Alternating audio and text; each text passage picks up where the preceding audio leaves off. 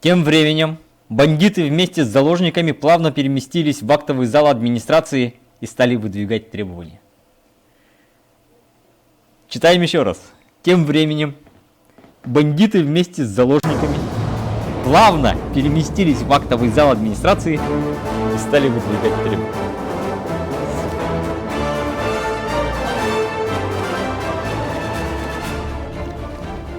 Здравствуй, уважаемый читатель! С вами Диванный Обозрун, и на этот раз нам придется провести целое обозрунное расследование, чтобы узнать, что происходит в средствах массовой информации на этой неделе Якутии. Вот. Газета Якутии. Начнем с газеты Якутии. Якутия. Почему? Потому что будем проводить расследование, что да как вообще происходило. Почему? Потому что вот в газете Якутия на второй полосе выходит материал под названием «Мнение якутян едино». И лид звучит так. Лид, кто не понимает как бы журналистского сленга, ну как бы жаргона, это то, что пишется в первом абзаце, то есть такая краткая характеристика новости, фактически выжимка из нее. Появившаяся 3 дня назад информация о якобы достигнутых между парламентскими партиями договоренность по выдвижению кандидатов на выборах в Госдуму РФ в одномандатных округах активно обсуждается в обществе. Что? Я что-то не все слова понял в том, что ты читал. Чтобы понять, о чем вообще речь вот в этой газете, нам нужно достать другую газету. Открываем «Наше время». И на 4-й полосе мы видим материал «Одномандатники без альтернативы» или «О чем договорились в партии». И опять же лид, ну, о котором мы говорили. 4 парламентские партии готовят соглашение о продвижении своего портатива в одномандатных округах на выборах в Государственную Думу осенью этого года. Ну, то есть все становится понятнее, да? Что такое портативо? Ну, что-то там они сговорились, в общем. Говоря, одно непонятно.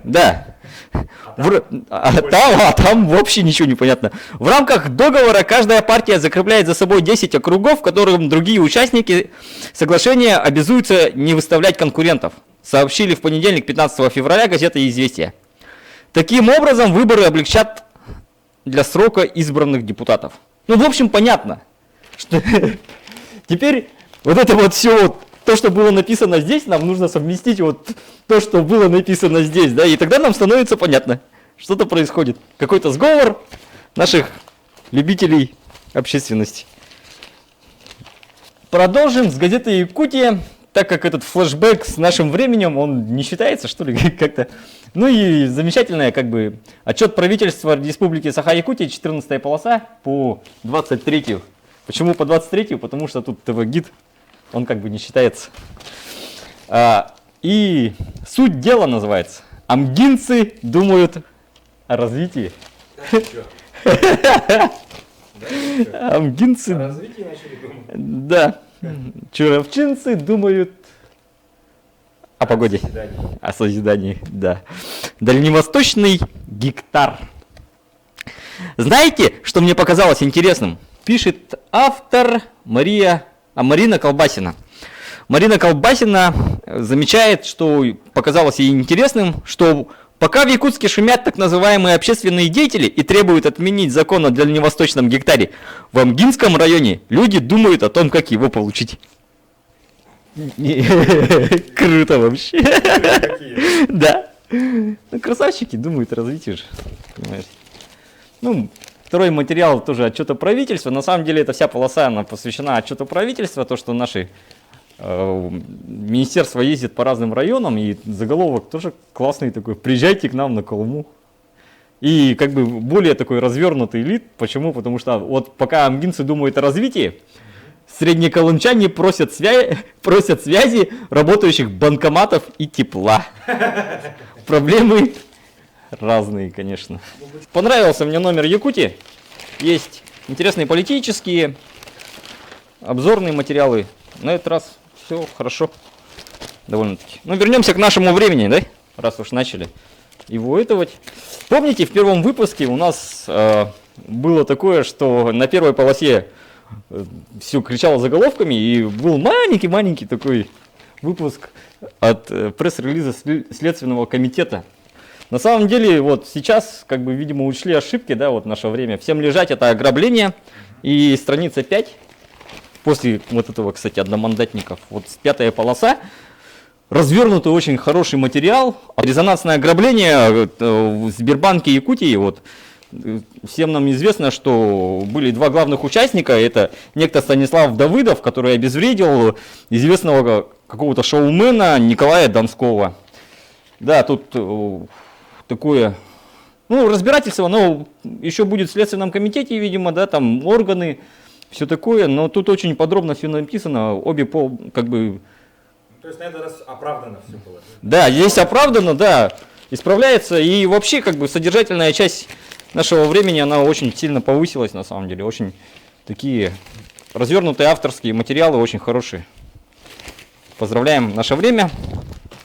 Продолжаем собирать наш пазл. Помните, в наше время был материал про то, как происходило ограбление. Жизнь Якутска не могла оставить животрепещущую тему. Из этого номера «Жизни Якутска» мы узнали, что Юрий Городецкий, главный редактор всего издания, пишет аналитические материалы. Ну как пишет? Материал называется «Как стать звездой на несчастном артисте». Понимаете, Юра очень близок к артистическим кругам. Ну и материал представляет собой выжимку из материала, который был в нашего времени. И вот здесь вот есть слова автора. Это вот столько текста, фактически это аналитика от Юрия Городецкого. Там тоже плавно перемещаешь? Нет. А теперь, уважаемые читатели, давайте зададимся вопросом, почему в Государственном банке 3 восклицательных знака? Не было охраны, восклицательный знак. Это как? Вопросительный знак. Это же нонсенс, вопросительный знак. Кто виноват в такой ситуации? Вопросительный знак. Не управляющий ли якутским отделением Владислав Шевелев? Вопросительный знак. Не кажется ли вам, что после случившегося Шевелев должен был не награды раздавать, а написать заявление об увольнении по собственному желанию? Задается вопросом Юрий Городецкий. Видимо, нет. Пусть отец своих детей Николай Донской проведет остатки дней своих в тюрьме, а мы тут последнего героя поиграем. Вот, собственно, такая аналитика от главного редактора Юрия Городецкого. Что-то я не понял, к чему он, собственно, ну, материал строился на том, что у 3 сторон этого конфликта, то есть нападавшего, обезвредившего и Сбербанка, есть своя позиция. Шевелев, тот, о ком говорит Юрий Городецкий, просто наградил парня, который остановил ограбление. И вот вышла аналитика. Юрий Городецкий переживает, что у нас не хватает охранников в банках. Да. Да. Ну и вот весь этот текст и вот столько вот аналитики равно. Супер. Авторский материал. Ну хорошо. Хоть что-то делается. Ну и прочее там дальше. Это там наркотиков перемещаемых. В анусах. Но на этот раз нет. Растем. Газета «Илтумен». Газета «Илтумен». Ну, понятно, что как бы своя целевая аудитория, это для кого, да? Но есть очень много таких моментов, да, вот о дальневосточном гектаре тут очень подробно написано на самом деле. И, наверное, человеку, который как бы, ну, хочет понимать ситуацию происходящего, стоит почитать вот это все, да? Ну, тем более ее можно не покупать, она раздается бесплатно во многих вещах. Да. Ну и материал называется «Гость номера. Трудиться и выходить на пенсию позже выгоднее». Кто нам это говорит? Об этом нам говорит о совершенствовании пенсионной системы в интервью обозревателю газеты «Илтумен» Людмиле Наговицыной рассказал управляющим отделением Пенсионного фонда России в Якутии Георгий Степанов. Георгий Степанов рассказал нам о том, что трудиться и выходить на пенсию позже выгоднее. А то мы не знали, да? Да, ну, мужчина явно еще не собирается на пенсию. Потому что выгодно, это выгодно. Это выгодно. И этот вопрос не главный. Главный вопрос заключается в том, какую модель пенсионного обеспечения хочет обеспечить себе застрахованное лицо. Либо только страховую пенсию, при этом все страховые взносы направляются на формирование страховой пенсии, и он избавляет себя от необходимости управления своими пенсионными накоплениями и полностью отдает свои страховые взносы в управление государства, либо он становится на две пенсии. Ла-ла-ла-ла-ла-ла-ла. То есть вопрос звучал как? Вопрос звучал, существует мнение, что пенсионные накопления молчунов, переданных в управление государства, сгорели. Обосновано ли оно? Товарищ руководитель пенсионного фонда говорит, будьте бдительны, и что-то очень много скучных каких-то непонятных вещей. Он очень хитро уходит. Он знает, куда Да, это такое интервью, это просто какое-то ужасное, я не знаю. Они человеческим языком не умеют разговаривать, наверное. Я как-то... Они разговаривают пенсионные. Пенсион, да. Ну, в принципе, газета полезная. Полезная для людей, которые скоро выйдут на пенсию, но еще увлекаются политическими вещами и думают, что влияет на жизнь. Газета «Коммунист». Не удивляйтесь. В каждом ларьке вы можете ее купить или опять же получить бесплатно. В этой красной газете ты не путаешься. Да, тут ничего красным подводить не надо. Здесь все и так красное. Мы правы, мы можем. Заявление Якутского рискома КПРФ остановить передачу в частные руки компанию «Алроса». На злобу дня народ еще не понял, где собака зарыта. Не, кстати, вот народ еще не понял, где собака зарыта. На самом деле это интервью с Артуром Алексеевым. И довольно здравые мысли здесь как бы озвучены. Ой, тут насчет всей жизни материала огромный просто.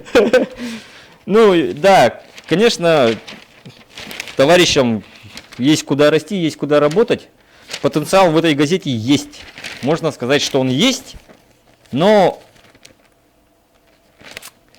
ну, это не искра, ребята, это не искра, она не может зажечь революционные массы, это... Какая-то тоненькая газета. Да, да. Когда будет коммунистическая толстушка? Да.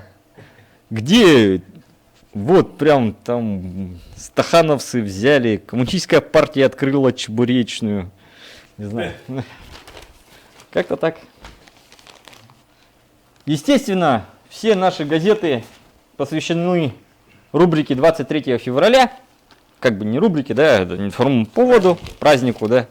И везде такая мужская брутальная тема, кроме одного интересного момента. Афиша!